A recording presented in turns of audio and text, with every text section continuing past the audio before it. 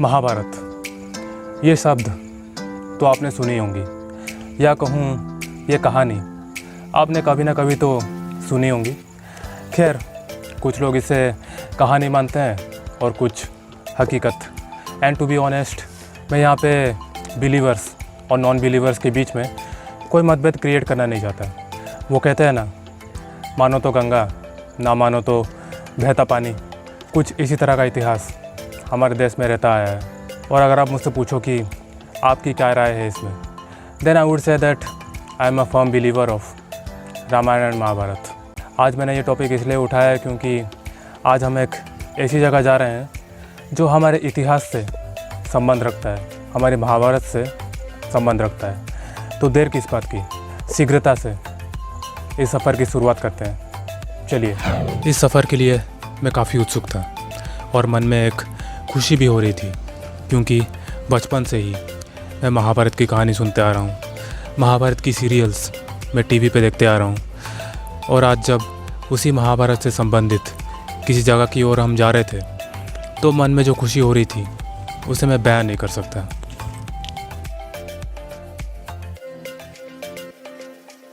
हर एक मिनट, हर एक सेकंड बस उसी के बारे में सोच सोच कर समय निकालना पड़ रहा था। पुल के उस पार जो एक बड़ी सी चट्टान आप देख पा रहे हो, वही हमारा आज का डेस्टिनेशन है।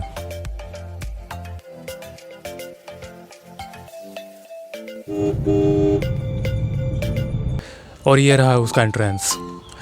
पास में ही एक गांव है, तो आपको रास्ते में भेड़ बकरियां तो दिख ही जाएंगी। रास्ते ठीक ठाक हैं, आप कार से भी यहाँ आ सकते हैं, कोई दिक्कत नहीं है।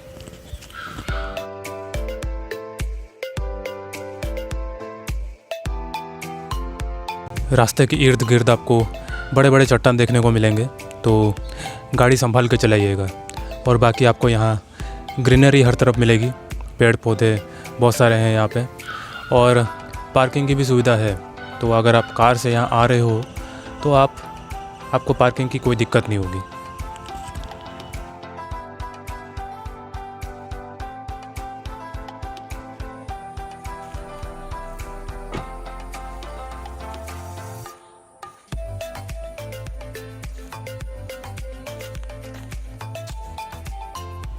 प्रवेश करने से पहले आपको एक सूचना स्तंभ देखने को मिलेगा। अच्छे से इस सूचना स्तंभ को पढ़ लीजिएगा। और ऐसा नहीं है कि बस पढ़ लिए और इग्नोर कर दिए। देवीय जगह पे आए हो तो थोड़ी डिसेंसी तो मेंटेन रखनी ही पड़ेगी आपको।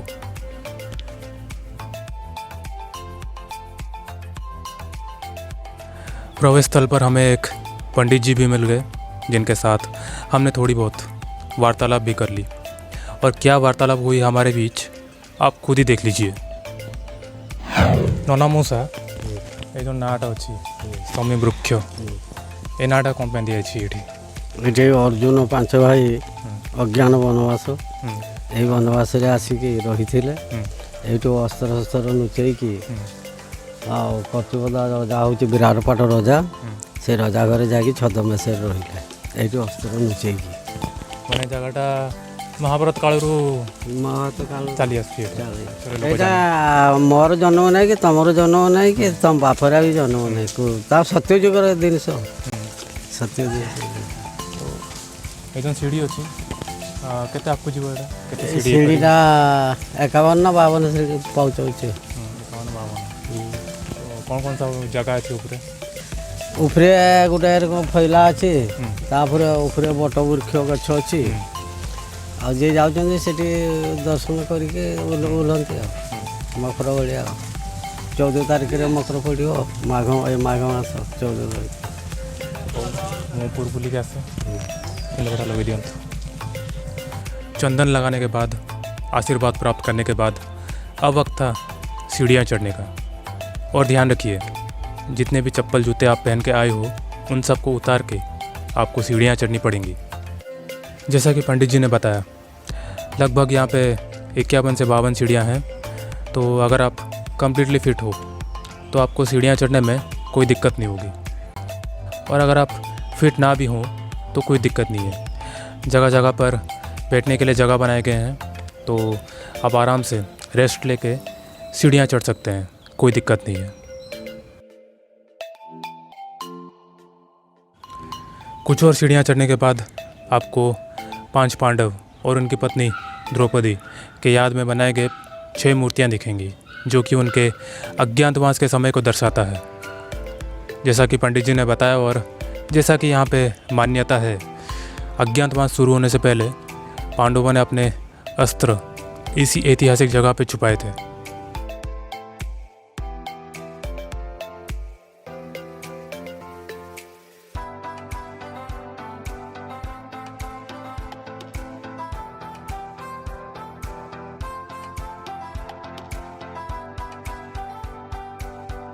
कुछ और सीढ़ियाँ चढ़ने के बाद आप एकदम टॉप पे पहुंच जाओगे।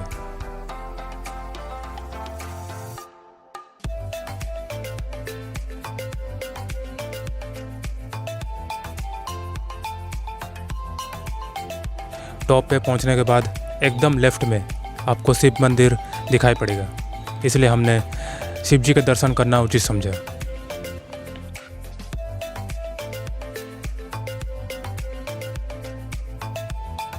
पास में एक वट वृक्ष का पेड़ भी था, जो कि काफ़ी विशाल था, seemed so massive।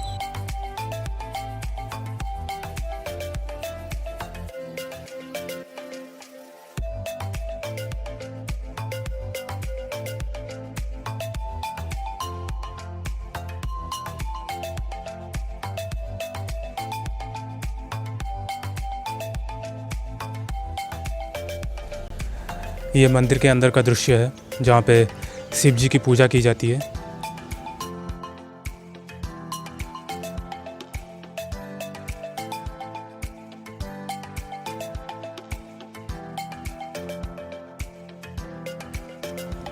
ये जो बकरी आप अभी देख रहे हो, इनकी कहानी मैं आगे चल के आपको बताऊंगा।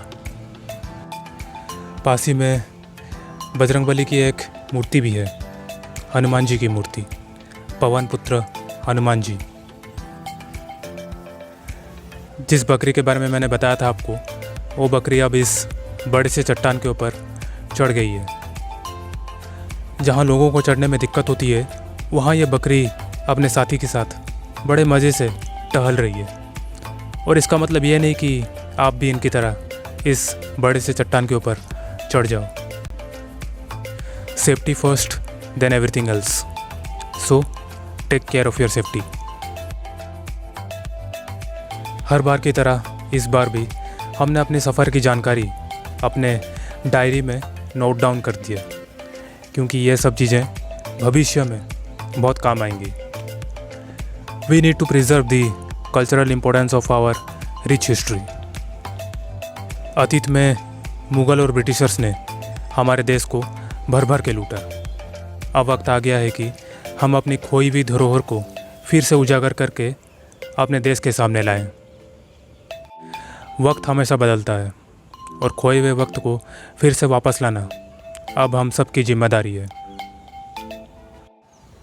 सीढ़ियाँ उतरने के बाद अगर आपको फिर से आराम करने का मन करे तो आप यहाँ इत्मीनान से आराम कर सकते हैं। इस तरह की ऐतिहासिक जगह आने के बाद यहाँ से फिर जाने का मन ही नहीं कर रहा था, लेकिन आगे और भी सफ़र तय करना था। जाने से पहले हमने पंडित जी से थोड़ी बहुत वार्तालाप की और इस जगह के बारे में थोड़ी और जानकारी प्राप्त की। थकान थोड़ी बहुत हो रही थी, इसलिए सोचा कि 5-10 मिनट थोड़ा और आराम करके उस जगह को थोड़ा और निहार लूँ। और जैसे ही वक्त हो चला, हम अपने अगले सफ़र के लिए निकल पड़े।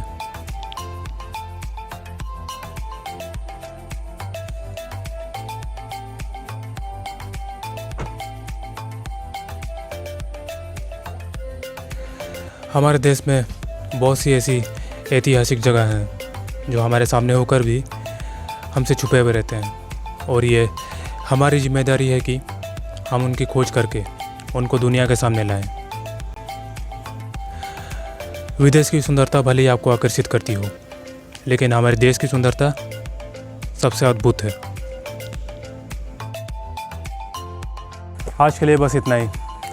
सफ़र थोड़ा लंबा है, इसीलिए इस वीडियो को मैंने 2 पार्ट्स में डिवाइड किया है, वरना वीडियो और भी ज़्यादा लंबा हो जाता। तो अगर आपको वीडियो अच्छा लगा तो आप मुझे कमेंट के माध्यम से ज़रूर बताइएगा।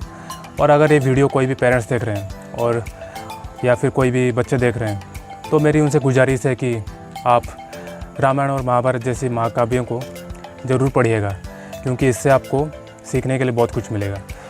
बाकी अगला वीडियो कुछ ही दिन बाद आ रहा है।